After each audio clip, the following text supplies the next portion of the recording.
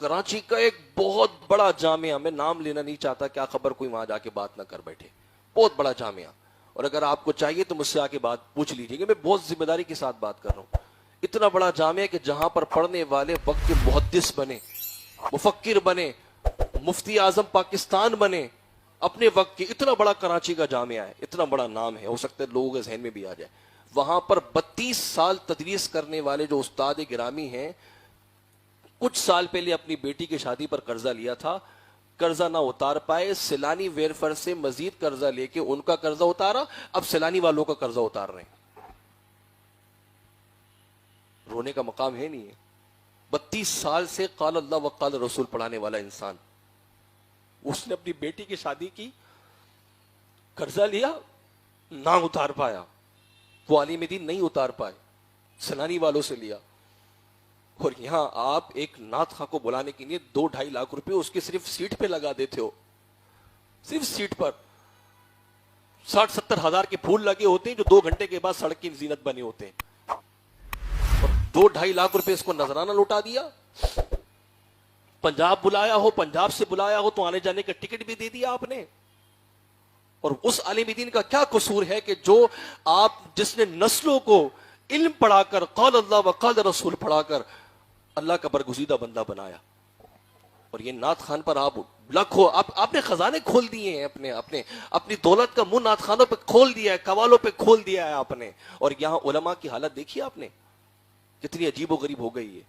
تو یہ وقت تو دیکھنا پھر تھا نا، جو آج آپ کو نظر آ رہا ہے، یہ تو وقت تھا۔ جو لوگ اس امت کا سہارا بننے والے تھے،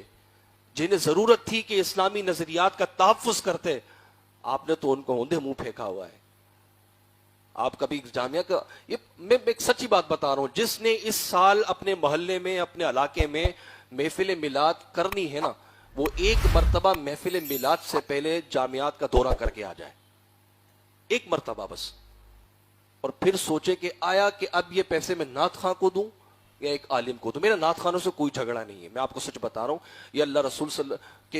کے حمد بیان کرنے والے ہیں، یہ اچھے لوگ ہیں، ہم نے آپ نے بگاڑ دیا۔ یہ سارا دن گھر میں پڑے سوتے ہیں، کام دھندا کچھ نہیں کرتے ہیں، میں سچ بتا رہا ہوں آپ کو، اکثریت کی یہ حالت ہے، کام دھندا ان کے پاس کچھ نہیں ہے، یہ لاوارث ہو چکے ہیں،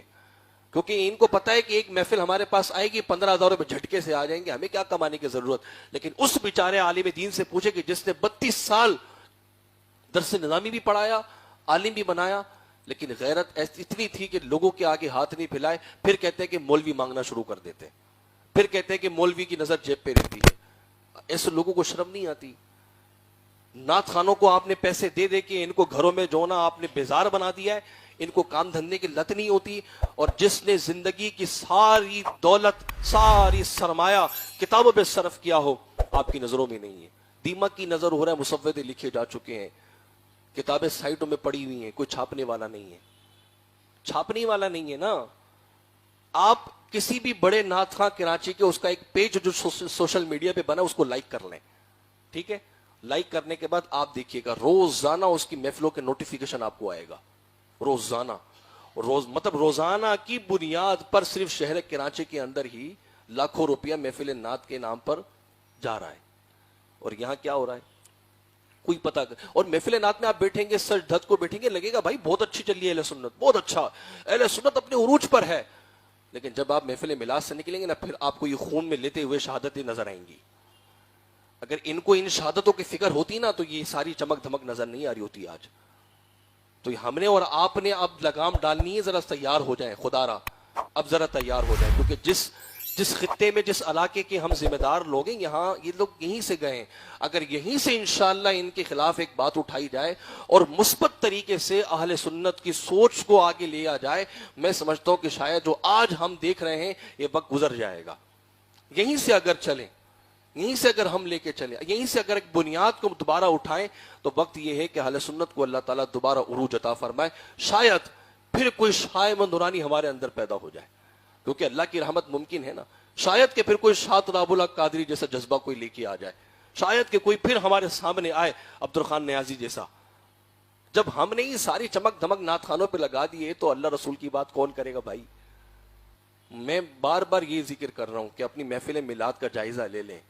ہمیں وہ محفلیں چاہیے کہ جس میں چمک دھمک نہیں تھی لیکن لفظوں کی چاشنی اتنی تھی کہ یہاں سے رسول اللہ کا نام نکلتا تھا وہ تصور میں مدینہ آ جایا کرتا تھا.